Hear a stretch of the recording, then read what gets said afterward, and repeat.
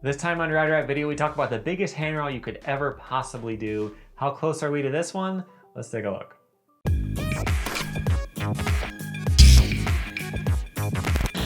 Welcome back to Rad Rat Video, the channel where you can learn something new about skateboarding and skateboarding physics 3 times a week. Every Monday, Wednesday, and Friday, we take a look at something in the skateboarding world. And recently I made a video about the biggest impact you could possibly absorb before you injure yourself with perfect technique. And that video is right here. You might want to check that out before you get too deep into this one. But since I'm going to be using similar numbers to that, I did want to address some of the issues that people commented and sent me messages about. Seemed like a lot of people agreed that I was wrong, although they all had different reasons why. So I want to address some of those. The biggest thing that people had a problem with was I said that the speed doesn't matter. The amount of impact you're absorbing through your feet doesn't change no matter how fast you're going. And I wanted to clear that up a little bit because I probably should have gone a little bit more in depth in that. So the longer a gap is, the more distance you have to cover. Yes, that does make it harder. That makes it a lot scarier. That does not make it impact your legs harder unless you're landing on a bank that's tilted up like this. If you're at a gap, this entire stair set lands stopped, yes, that would absorb a lot of impact. You're absorbing all that forward momentum as well, and that's why you would hit the ground so hard. I think a lot of people get tripped up by the fact that if you try to run and jump down something instead of just dropping off of something of equal height, you hit the ground harder. But again, that's because you're absorbing all that impact, the forward momentum. So if you absorb it with your feet, or if you land bad and you absorb it on your face, yes, you're gonna hit the ground a whole lot harder than if you were to land on a board. But we are talking about landing and rolling away, perfect technique, so that doesn't really matter. There were a couple of other things that people were talking about whether the faster you go, the less downward momentum you can get, or like gravity has to chase you and it doesn't grab you quite as quick. There were a lot of interesting explanations for how that would work. But there's a very basic physics problem that all of us probably did in school, where you calculate how far a bullet goes. The way you do it, if you were to drop a bullet and shoot a bullet at the same time, assuming the gun is perfectly flat, the bullets would both hit the ground at the same time. And I posted about that on Instagram. A lot of people did not agree, but I found this chart.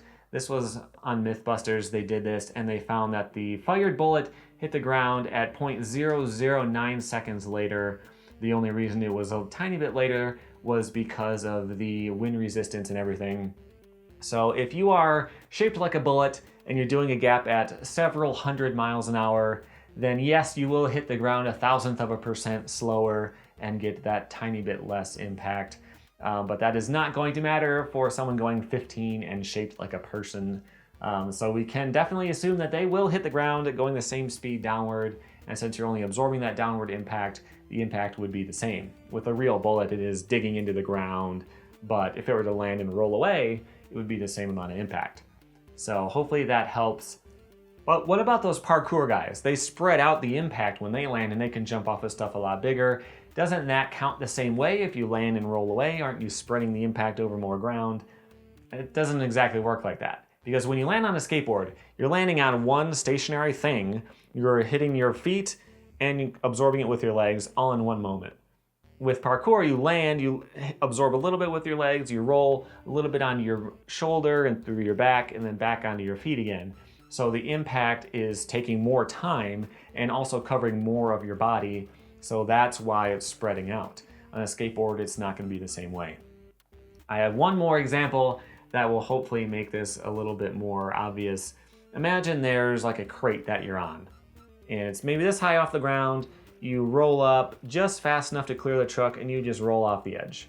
Just like a basic little roll off the edge or a tiny little ollie. And you do that a couple times to get a feel for the impact. You know, you can feel it a little bit, but it's not that bad. Okay, well imagine this whole setup is actually on a train car. It's flying down the tracks. There's no walls, there's no ceiling, there's nothing. There's just a crate and a floor. And it's flying by like 60.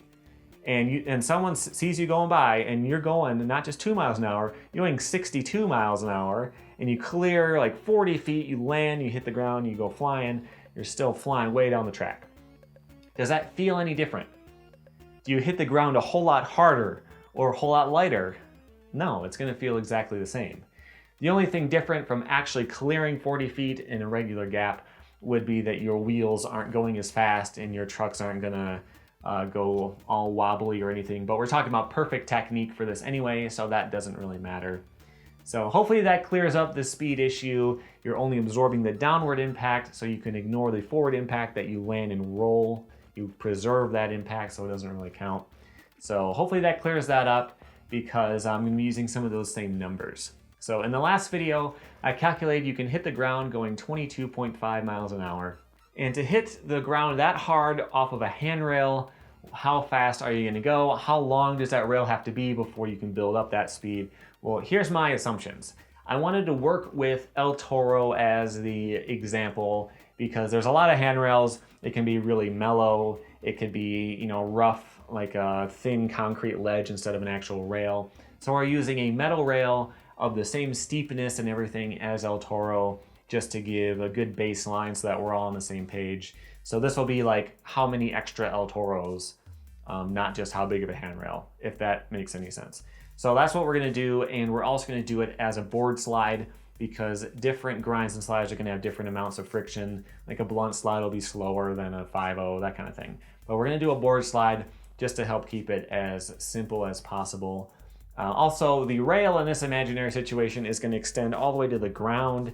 I wanna round off the drop off at the end, and I'll explain all that at the end. You'll see why that doesn't really matter that much, but that's just gonna make it a lot more clean, all right?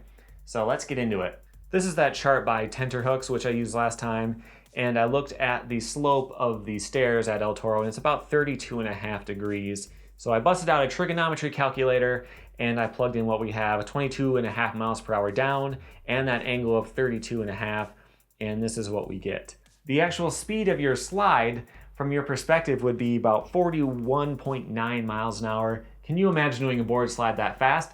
Maybe on a little flat bar. Imagine doing it down a set like that. That would be absolutely terrifying. I don't think this number is going to end up being anywhere near what we've actually seen someone do before.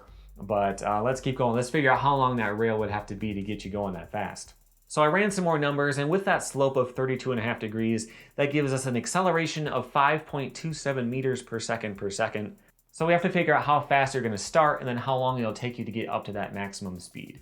Here's some footage of Ardo Sari.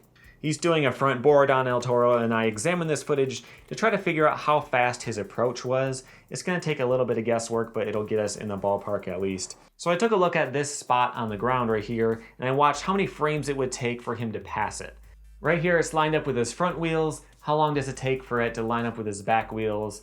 3 frames seems to be too little, 4 is a bit too much. So I called it 3.5 frames. That'd be 0.11 of a second. That's the amount of time it took for him to cover his wheelbase. Wheelbase on my board is 17 inches. So that worked out to be 8.75 miles an hour, and that seems pretty reasonable. That's a pretty quick speed, but not all out, not something you would try to clear the gap with. So that seemed to work out. All right, so let's plug that in and figure out how long you'd have to slide to get up to your maximum speed. I plugged the numbers in, and it'll be 31.8 meters, or about 104 feet. 104 feet is really long, but it's not quite accurate because there's no friction in that. That would just be perfectly smooth, you know, polished ice on polished ice, and that's not quite right. So I found some engineering websites. I tried to find the closest coefficient of friction I could use for a board slide. Of course, there's nothing for skateboards exactly, but I did find wood on clean metal. It has a range from about 0.2 to 0.6. I went with the lower number of 0.2 because your graphic has some varnish or polish on it or whatever. There might be a tiny bit of wax involved too. So it's gonna be on the lower end of that, but that will give us a good basis to start with at least. So I plugged that back in, and the acceleration number updated to 3.61 meters per second. Plugging that back into our earlier formula, that gives us 46.5 meters for the length of the rail, which is 152.6 feet, which is completely unfathomably large. Can't imagine even walking up to a rail like that. Can't even imagine walking down a rail that long, but that is only the start because we haven't figured out how much distance he cleared to land on those stairs. That'll give us the real total length of the rail, and then we can calculate how many stairs it actually is. So let's go back to the footage. Looks like he clears about 6 stairs here, which is about 6 feet. If you run that through the trig calculator again, that's about 7.1 feet of rail. That makes the rail 159.7 feet, which is about the width of a football field. It's a couple inches shy of an Olympic swimming pool and is more than half of a block in New York. So that is extremely long. This stair count is going to be completely crazy, but let's figure out what that is. So here's what we're looking at right now. The handrail itself is about 160 feet. You're actually landing about here and sliding a bit less of it. And remember, we're assuming the rail goes all the way to the ground so that we have a nice triangle to work with. In reality, the path of the landing would curve down slightly, but it's so little that it doesn't really help. I've rounded enough things off so far that that tiny little bit isn't going to make a noticeable difference. Plugging this back into our trig calculator, we get a total height of 85.8 feet, but that counts the handrail too, so we have to subtract that out. I looked at the footage and it looks to be really tall. It looks like it's almost 4 feet from the way that I tried to count it, but I looked up the laws in California and the maximum height of a handrail is 38 inches, which is 3'2". So I'm just gonna call this one 3 feet to make it a little bit easier. That gives us a total height of the stairs of 82.8 feet. But how big is that in stairs? Well, the stairs at El Toro are about 7.4 inches according to this chart. I missed out on this Jenkem article with real measurements of some of the spots I talked about last time, but it doesn't have El Toro, so it doesn't help in this case. The California state law is a maximum of 7.5 inches, so I think we can just run with that 7.4. That works out to be 134 steps. Keep in mind El Toro, which is already huge, is 20. It's 134. What would that even look like?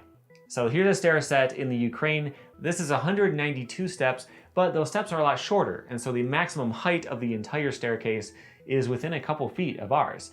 Ours would be much more intimidating though, because there's no landings, the stairs are taller, and so the rail would be steeper. It's just this huge, unbelievable, impossible rail, but it is technically landable, assuming you do it with perfect technique first try. The real problem comes with bailing it. If you get caught halfway through, your wheel touches on that board slide and sends you flying, you firecracker the last 50 stairs on your face, you could die. So I don't expect to see anyone do this anytime soon, but it is technically possible. Something else I thought I would look at real quick was if that amount of friction would burn your board or anything, and the formulas for this are way too complicated, but I was able to get a rough number of, it warms up a few degrees. So you don't have to worry about that. You're not gonna eat through your board or set it on fire or anything, but that would be possible on a different type of material maybe. So maybe I'll look at that some other time. But that's it for now. If you have any other physics questions about skateboarding, let me know. You can post it in the comments. You can send me a DM on Twitter or Instagram or through my website, radratvideo.com. Check out links to all that stuff in the description. But until next time, here's some more videos you might want to check out that I've done recently. You can also tap my logo right here in the middle of the screen to subscribe, and that way you can keep learning new things about skateboarding 3 times a week. Thanks for watching.